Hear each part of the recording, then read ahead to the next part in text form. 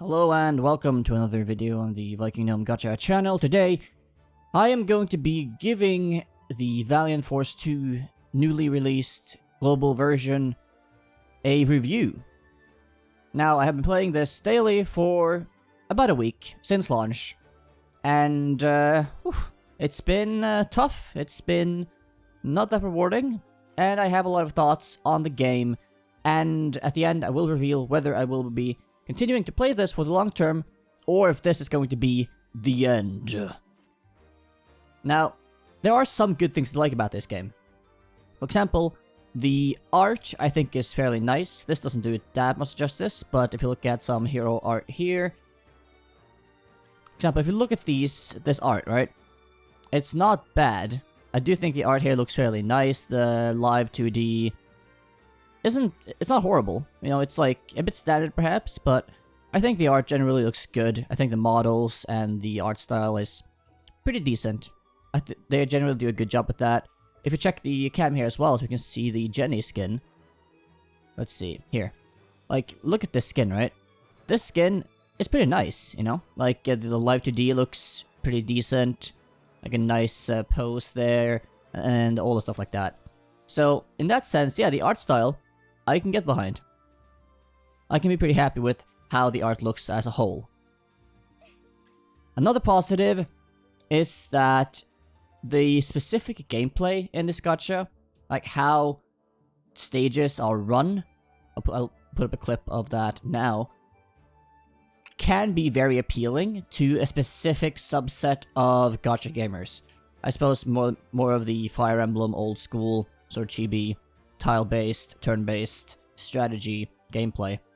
For the ones that enjoy that, I think it can be a big positive, because I don't see many gachas really going for this sort of system. Combat system, that is. So on that point, yeah, for those people, I think they will quite think that as a positive. On the flip side, it can also be a big negative. In my case, it is more a negative than a positive, because I do not like having to manual.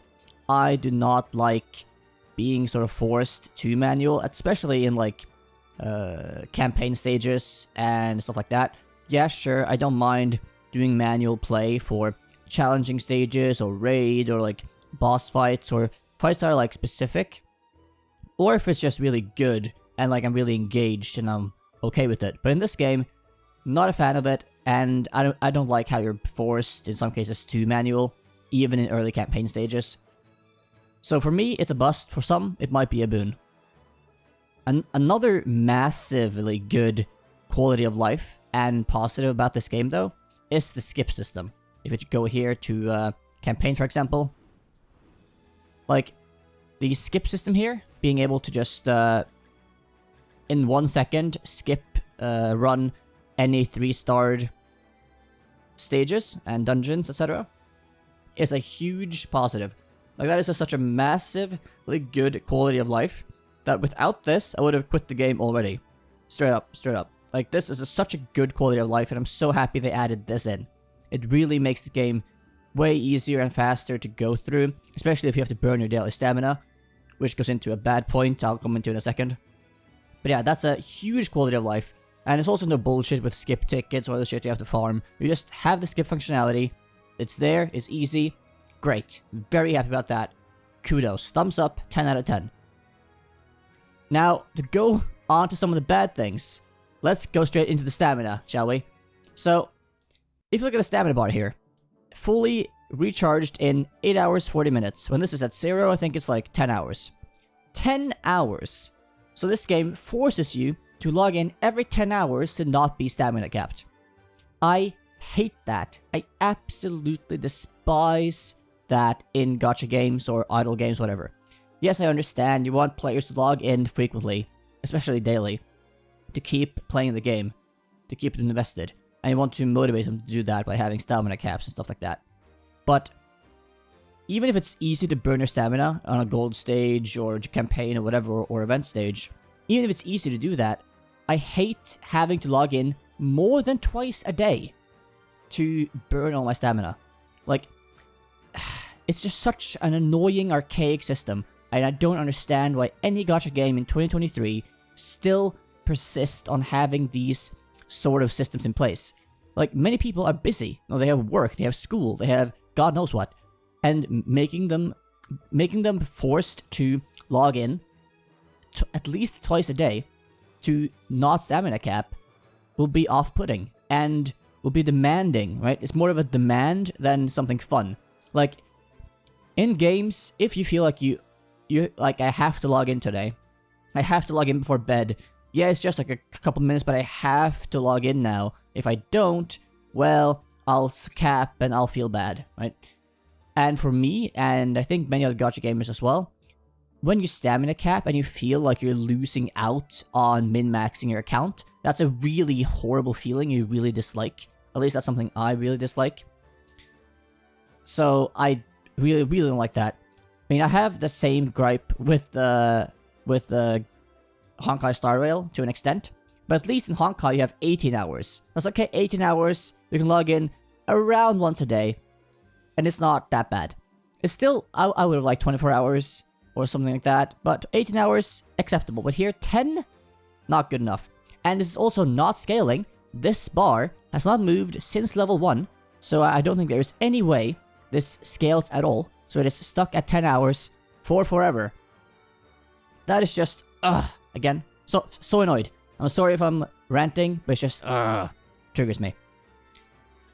Another bad thing, in my opinion, is the lack of 4x speed, or generally just higher speed in missions. Now, generally 2x auto is fine in most games, like it will go through stages quickly. But in this game, considering how slow each combat can be, and how many aura reactions and chain reactions you have between characters every single turn, 2x is still slow. Like, I would really like the 4x option or something like that, just to get stages done quicker. It's like, especially when you're playing on auto, I've had to wait 5 minutes on a stage on 2x auto, literally just watching them slow-mo play through the stage. 5 minutes, that is way too long to have to wait. So, not having a 4x option, just like a simple overlook, I hope they fix in the future. A pet peeve, but I think it can be annoying for some people, especially if you are time constrained.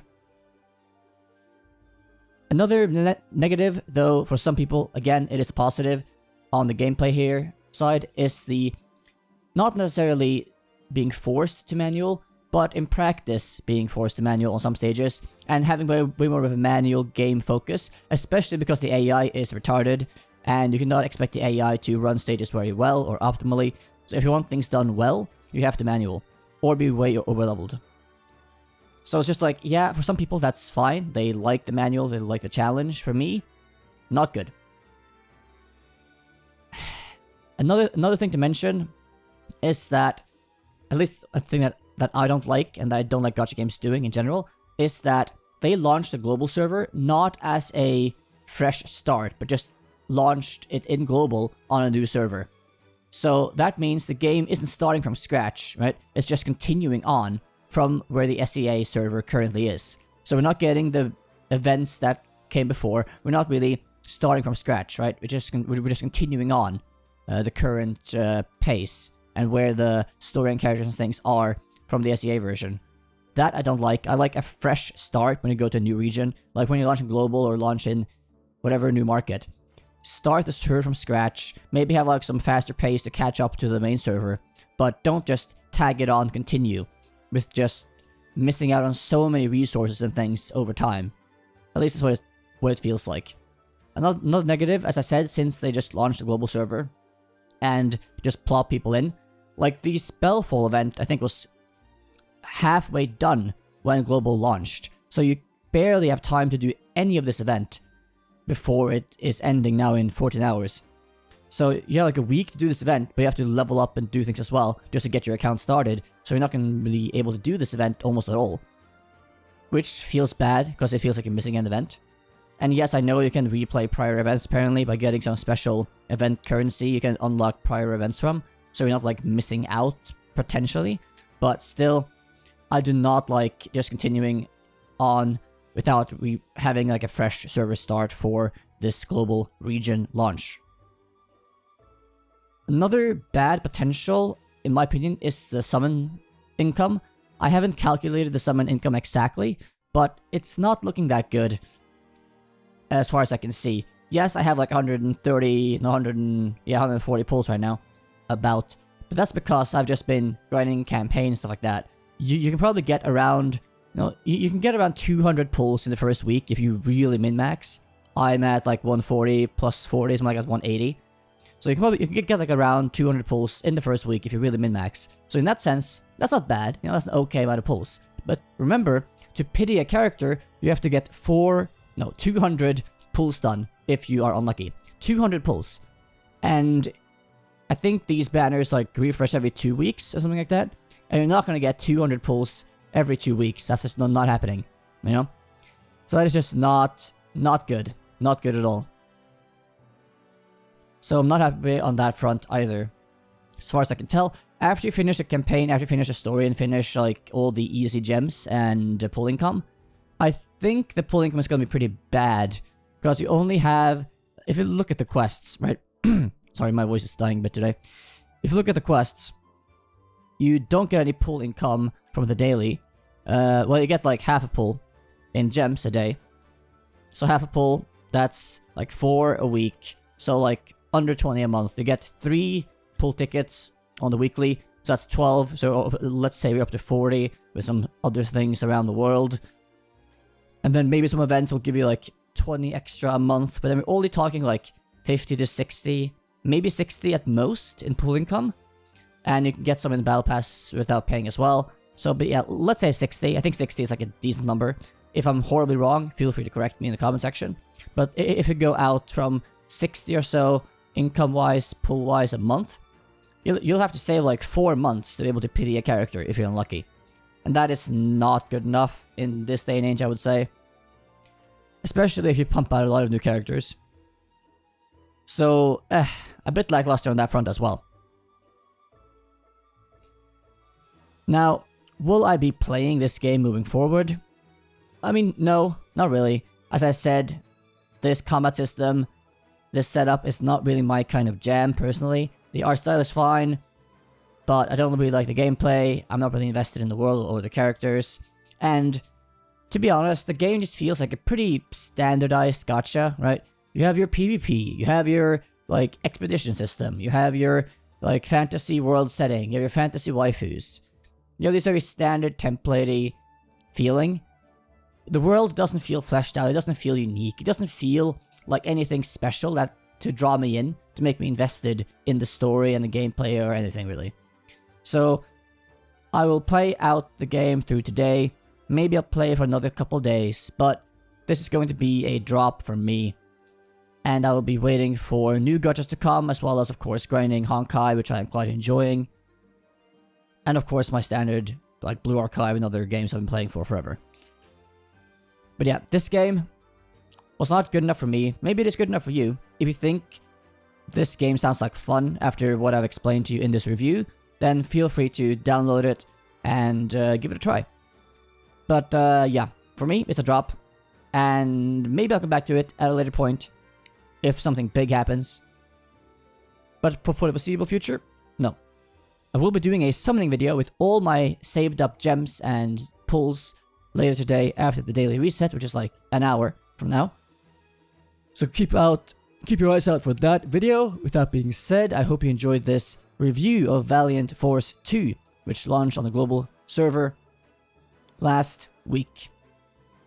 If you enjoyed the video, please do like, subscribe, hit the notification bell, and comment below any thoughts, ideas, or anything else you wish to say to me or about the game. I read and respond to every single review and highly appreciate your support. Now though, after having chogged up enough of your time, I will see you all in the next one. Bye bye.